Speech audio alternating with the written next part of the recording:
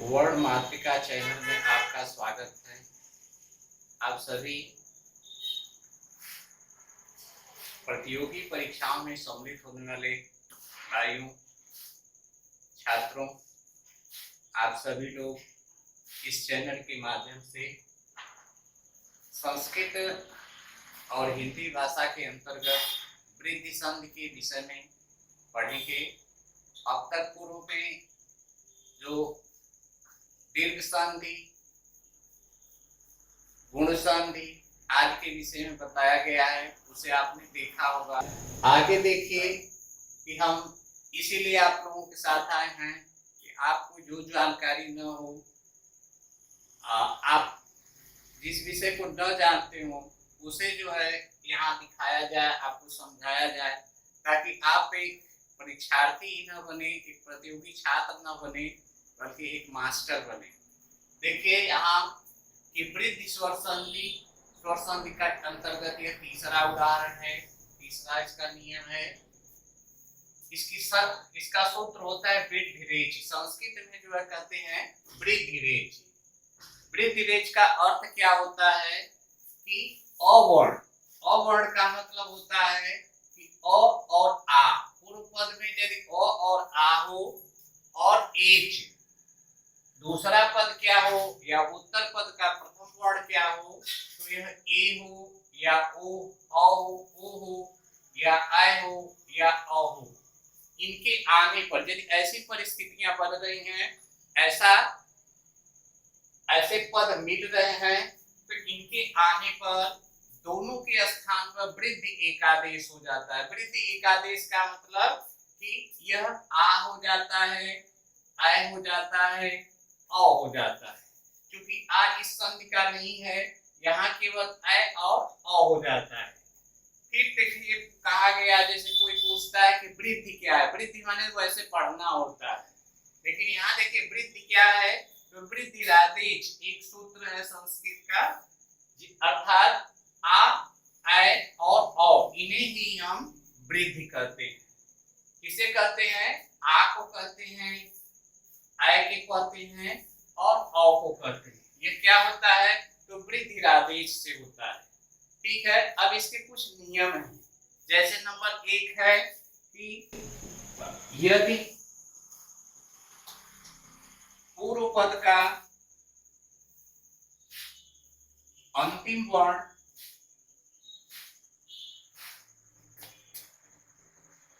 अ या आ हो और उत्तर पद का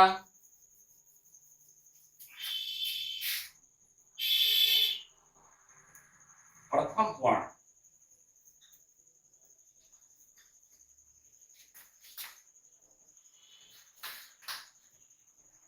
ए या ऐ हो, तो दोनों मिलकर क्या हो जाते हैं? कहा गया है कि ऐ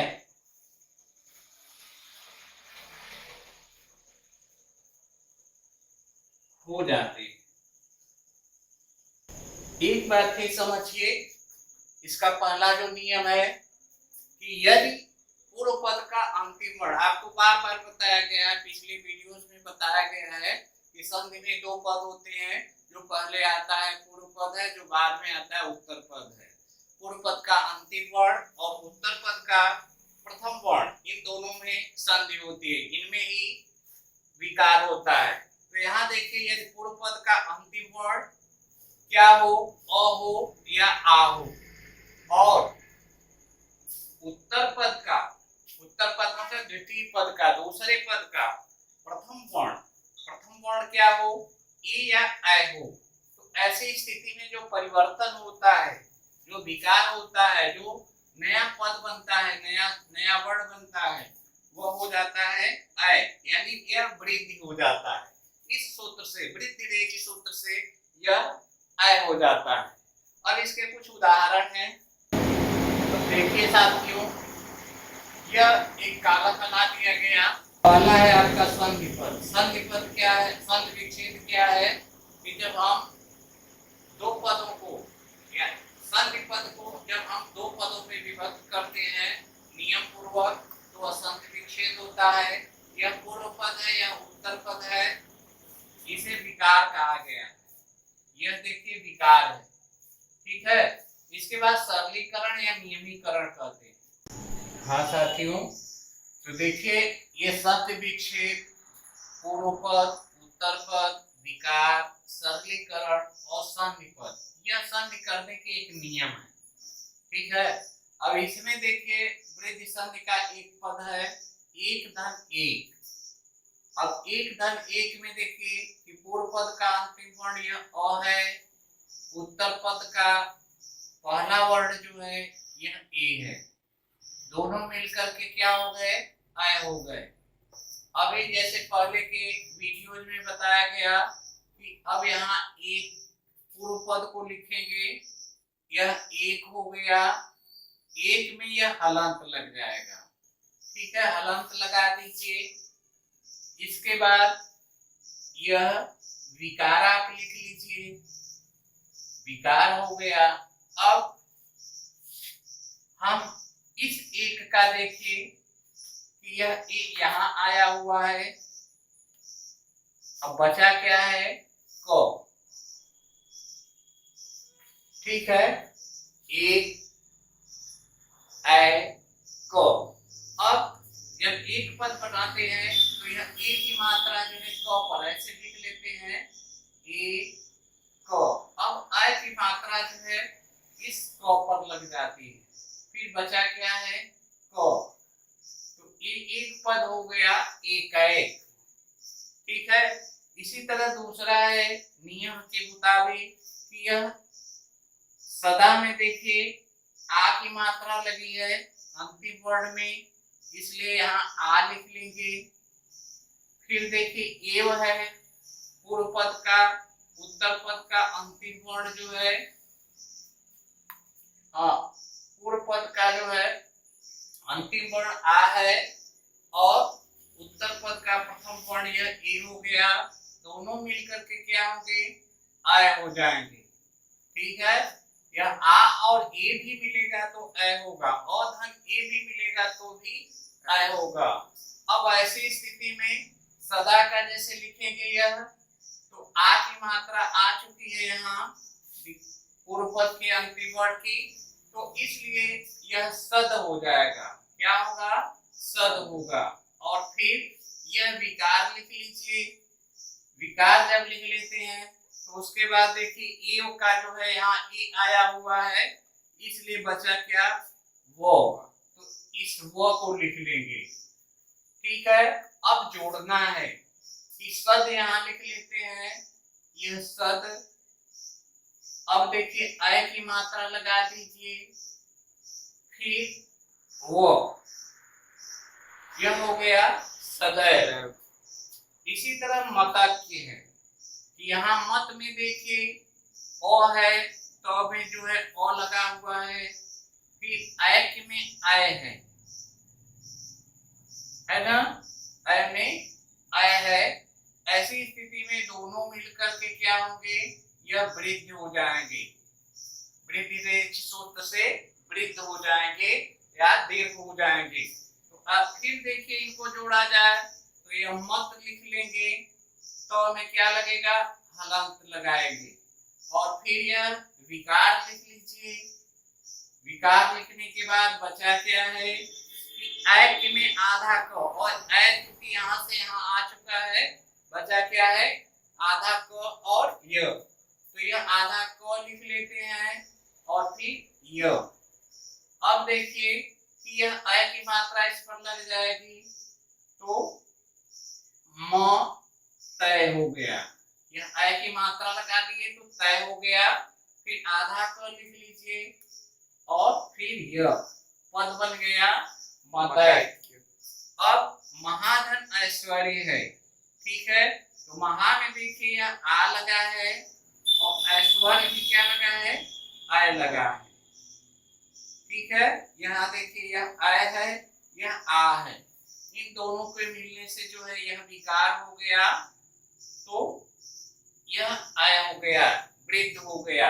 ठीक है, अब ऐसी स्थिति में महा का क्या लिखेंगे, म, इसमें भी हलंत लगेगा। आप जब सरलीकरण में जाएंगे तो पूर्व पद के अंतिम वर्ण के आ जाने के कारण यहाँ हलंत लग जाता है, फिर यह आय हो गया। फिर क्या बचेगा, आधा स, व और य, स्वैरी। ठीक है, अब जब हम एक पद जोड़ते हैं तो मह लिख लीजिए, म हो गया, आय की मात्रा लगा दीजिए, फिर आधा स, व और महेश्वरी। क्योंकि आपको बताया गया है कि सार्थक शब्दों की संधि होती है, यहाँ दे दिए एक धन एक। ठीक है, तो एक धन एक मिला करके जो है दोनों संख्यावाची हैं, एक हो गया। सदा माने होता है हमेशा, एव माने होता है रहने वाला या ही, तो सदैव हो गया। मत, मत माने विचार, एक माने एक विचार हो उसे मतय के कहा गया है। महाधन ऐश्वर्य, महा माने बहुत बड़ा जो है, दीर्घ, महान, महान, ऐश्वर्य माने सुख, तो महेश्वरी महान सुख, वह सुख जो है जो अन्य से महान होता है। तो इसके चार उदाहरण। अब इसके आधार पर हम बहुत संधियां कर सकते हैं। अब जैसे आपको परीक्षा में दे दिया जाए, ये भी समझ लीजिए कि हम इसका कैसे हम पहचान करेंगे। पहचान आपको बता दें कि आपको पहले ही बता दिया गया वृद्धिरेच। वृद्धिरेच का मतलब हो जाता है कि वृद्धि हो जाता है, किसका होता है कि इस संयोग के कारण, अ और ए के संयोग के कारण यह वृद्ध हो जाता है। तो हम परीक्षाओं में जैसे हमको एक दे दिया गया और पूछ दिया गया कि इसमें कौन संधि होगी, तुरंत आप आंख मूंदिए और देखिए कि यहाँ आय की मात्रा लगी हुई है, क पर जो है आय की मात्रा लगी हुई है, यहाँ से पद को तोड़ा जाएगा और इसमें वृद्धि संधि होगी। पहला तो यह प्रश्न है कि इसमें कौन संधि होगी, तो आपका उत्तर हो जाएगा कि इसमें वृद्धि संधि होगी। अब दूसरा है कि इसमें इसकी संधि विच्छेद या एक धन एक की जो है संधि क्या होगी, तो यह आप एक का संधि विच्छेद क्या होगा, तो एक धन एक होगा। इसी तरह सदैव देखिए कि इसका यह सदैव में कौन सी संधि है, तो आप कह देंगे कि वृद्धि संधि है। आप तुरंत उत्तर अपना ठीक करिए, क्योंकि आय की मात्रा लगी है। आपको बार बार बताया जा रहा है कि आय की मात्रा लगी होगी तो वहां वृद्धि संधि होगी। यहाँ मतय के है, आय की मात्रा लगी हुई है, यहाँ वृद्धि होगी। यहाँ है पर जो है मह लिखा गया है, तो यहाँ आय की मात्रा है लगी है। ऐसी स्थिति में यह वृद्धि संधि होगी। अब आते हैं उदाहरणों पर कि जैसे, हाँ साथियों देखिए, यह उदाहरण दिए गए, नैकम है, वसुधैव है, चैव है, ये संस्कृत के पद हैं। क्योंकि आपको संस्कृत और हिंदी दोनों के विषय में बताया जा रहा है, तो ऐसी स्थिति में यदि इस तरह के पद मिलते हैं तो आप समझ लीजिए कि इसकी संधि क्या होगी, या तो आप तुरंत वृद्धि संधि लगाएंगे। इसका संधि विच्छेद कैसे किया जाएगा, तो देखिए नैकम लिखा है। अब पहला पद आपका हो जाएगा नियम के मुताबिक, पहले पद में आपका अ आए या आ आए, और दूसरा पद क्या हो सकता है आपका, तो नियम जो आपको बताया जा रहा है वह ए हो या आय हो। तो यहाँ देखिए ए आया। अब हम ऐसे लिख लेते हैं कि न में अ छिपा हुआ है, फिर ए लिख दिए, फिर यह दोनों मिलकर के आय हो गए। अब इसकी संधि कर देंगे तो यह न में हलंत लगा दीजिए और फिर यह विकार होगा, फिर कम। तो इस तरह से आप इसको भी हल कर सकते हैं। इस तरह के पद मिलते हैं तब आप यहाँ से शुरू कर दीजिए। अब यहाँ देखिए वसुधैव है, तो अब इसकी संधि क्या होगी कि एक देखिए आय की मात्रा यहाँ लगी हुई है, तो ऐसी स्थिति में यहाँ पहला पद क्या हो सकता है आपका वसुधा, वसुधा। ठीक है। वसुधा यानी पृथ्वी को कहते हैं, वसुधा पृथ्वी को कहते हैं। पृथ्वी का पर्यायवाची भू धरा धरित्री। तो ऐसे करके दूसरा पद हो जाएगा एव। क्या होगा? एव। अब वसुधा में देखिए आ लगा है तो आ लिख लेंगे। यहाँ यह देख रहे हैं आ लगा है, फिर आ लिख लेंगे, फिर इस ए को यहाँ लिख लीजिए। दोनों मिलकर के क्या हो गए? अय हो गए। अब यहाँ जब हम एक पद इसका सरलीकरण करते हैं तो यह वसुधा में वसुध हो गया। ठीक है, क्योंकि मात्रा निकल चुकी है इसलिए हलंत लग गया। अब इसके बाद यह विकार है, विकार को लिख लीजिए, फिर वो। अब जब इसको एक पद बनाते हैं तो यह वसुधा हो जाता है। इसी तरह चय है च धन एव। ठीक है, यह भी च में देखिए आपका आ है, च में क्या है? आपका अ है और एव में ए है। दोनों मिलकर के क्या हो गए? अय। अब यहाँ लिखते हैं च में क्या लगेगा? हलंत। इसके बाद वो बचा। ठीक है, अब यह देखिए थोड़ा गलत हो गया कि यहाँ विकार नहीं लिखा गया। यह विकार लिखेंगे तो यह विकार लिख लीजिए, फिर वो लिख लेंगे। तो इस तरह से जो है यह चय हो गया। अब फिर एक बार दोहरा दिया जाए कि देखिए यहाँ वृद्धि की मात्रा लगी है, तब वृद्धि है। यहाँ देखिए अ की मात्रा लगी है, यहाँ लगी है, यहाँ लगी है, यहाँ लगी है। तो ये नियम है, ये पहला नियम है वृद्धि संधि का कि अ या आ के बाद ए या आय आए तो दोनों मिलकर के आय हो जाते हैं, वृद्धि आदेश हो जाता है। जो एक आदेश का मतलब कि एक आदेश होता है जो वृद्धि हो जाता है। तो यह पहला नियम समाप्त होता है। अब दूसरा नियम इसका पढ़ा जाए तो साथियों देखिए वृद्धि संधि का जो दूसरा नियम है, यह यदि पूर्व पद का अंतिम वर्ण क्या हो? अ या आ हो, चाहे अ हो या आ हो, तथा उत्तर पद मतलब द्वितीय पद का प्रथम वर्ण क्या हो? ओ हो या अ हो। यह दोनों क्या हो? ओ हो या अ हो। तो ऐसी दशा में क्या होगा? या दोनों मिलकर के क्या हो जाएंगे कि अ, यानी यह वृद्धि हो जाएंगे। ठीक है, दोनों क्या हो जाएंगे? वृद्ध हो जाएंगे। अब देखिए इसके उदाहरण है, जैसे दंत धन ओष्ठ है, परम धन औदार्य है, महाधन ओज है, महाधन औषधि है। अब आप समझ सकते हैं, बार बार यह बताया जा रहा है आपको, हर वीडियो में बताया जा रहा है कि पूर्व पद का अंतिम वर्ण देखिए त है तो इसमें अ लगा है, फिर ओष्ठ में देखिए यह ओ लगा है। दोनों मिलकर के अभी विकार में आपको ये बताया गया है कि दोनों क्या हो जाएंगे? तो अ हो जाएंगे। अब इसका सरलीकरण कर लीजिए कि ऐसे दंत लिख लेते हैं, दंत में क्या लगेगा? हलंत लगेगा। फिर यह विकार लिखेंगे, फिर क्या होगा? ओष्ठ का ओ आया हुआ है इसलिए बचा आधा स और थ। तो हो गया पद क्या बना? यह ऐसे लिखिए दन।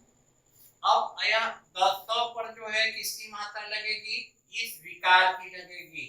ठीक है, जब हम इस विकार को लगा देंगे तो यह हो जाएगा औ। अब यह बचा क्या है? मूर्धन्य स और ठ। एक पद बन गया आपका दंतोष्ठ।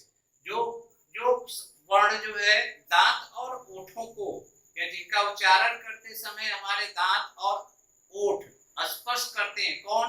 तो जिह्वा। हमारी जिह्वा जो है दांत को भी छूती है और ओठ को भी छूती है, ओठ दोनों आपस में सटते हैं तो उसे कहा जाता है दंतोष्ठ।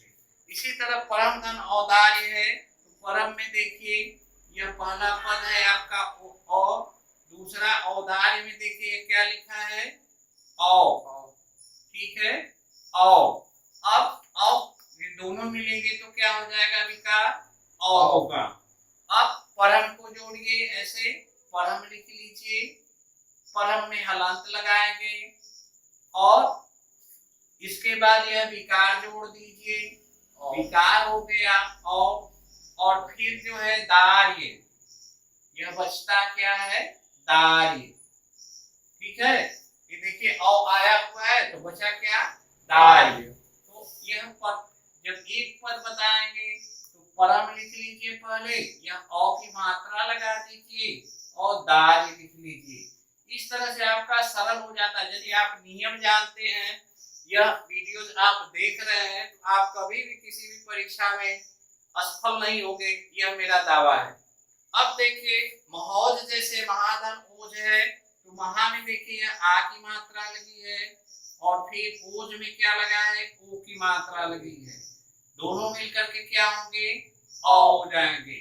अब जोड़ दीजिए तुरंत, जल्दी जल्दी कर लीजिए। म हो गया धन, औ हो गया धन, ज हो गया। ठीक है, और हो चुकी, यहाँ आ चुका है। ऐसी दशा में यह एक पद बनाएंगे तो मह लिख लीजिए और मात्रा लोग लीजिए और महौज हो गया। इसी तरह महौषधि है, आ देखिए लगा है, फिर औ लगा है, दोनों मिलकर के क्या हो जाएंगे, औ हो जाएंगे। क्या होंगे, औ होंगे। अब यहाँ मह लिख लीजिए, फिर औ लिख लीजिए, फिर सद बराबर क्या हो गया, महौषधि।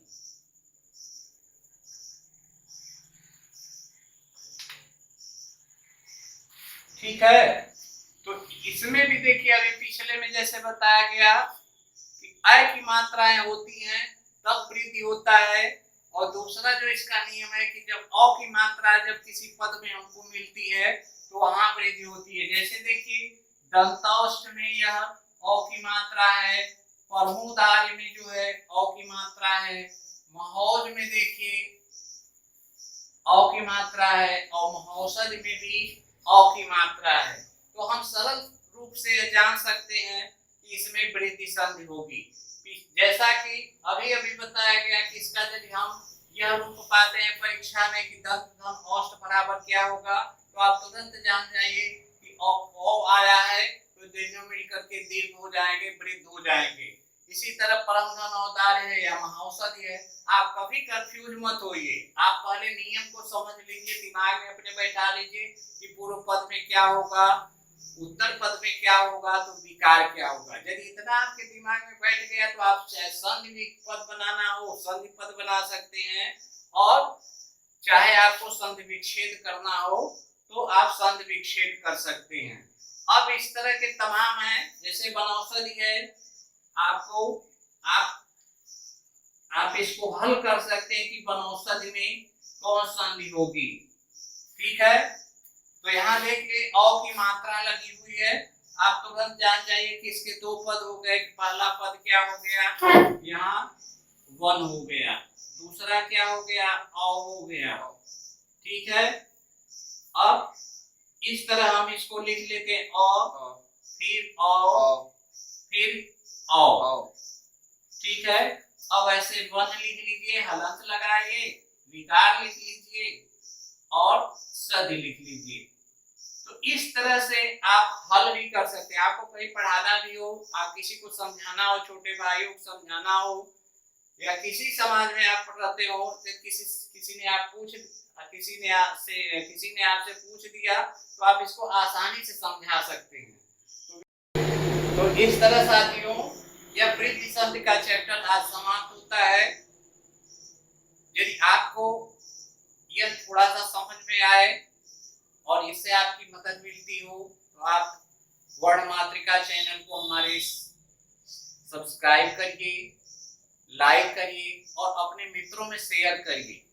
ठीक है, ज्यादा से ज्यादा जो है यह चीज आपको इसलिए पढ़ाई जा रही है कि जो आपने कभी नहीं पढ़ा है, आप कहीं नहीं देखा होगा, किसी भी वीडियो में नहीं देखा होगा, वह आपको बताया जा रहा है, इसलिए कि आप भावी सफलता को प्राप्त करें। धन्यवाद।